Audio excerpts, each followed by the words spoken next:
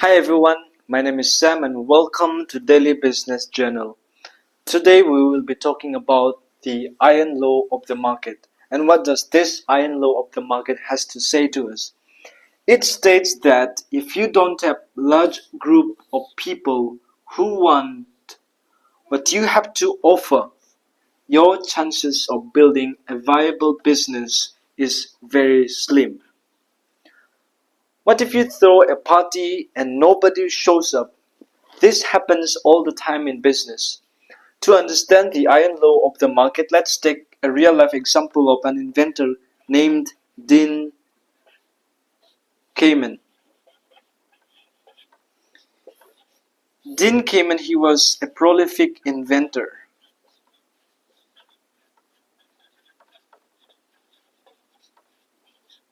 His inventions include the Stirling engine, world's first wearable insulin pump and water purification device. This inventor, he invested about more than $100 million into the development of Segway PT. And what is Segway PT?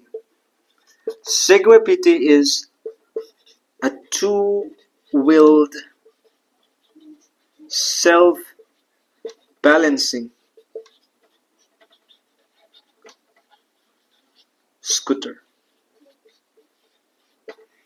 This famous inventor Dean Kamen, he invested about $100 million to develop his product Segway PT, a scooter. And they thought that they would sell this scooter for about $5,000 per unit. And he claimed that this scooter would revolutionize the personal transportation in the same way car replaced horses and buggy. Then in 2002, when this scooter was made public, the company declared that it expected to sell about 50,000 units per year, which is really a big number. When this scooter was made public in 2002, the the company under Dean Kamen, they declared that they would sell about 50,000 units per year. But after 5 years into business, that is in 2007, the company sold only 23,000 units in 5 years. That's a horrible number. Earlier, the company said that they would sell about 50,000 units per year, but in reality, they managed to sell only about 23,000 units in 5 years. That's also not in 1 year, not in 2 years. They managed to sell only 23,000 units in 5 years, which is 10% less than the initial goal.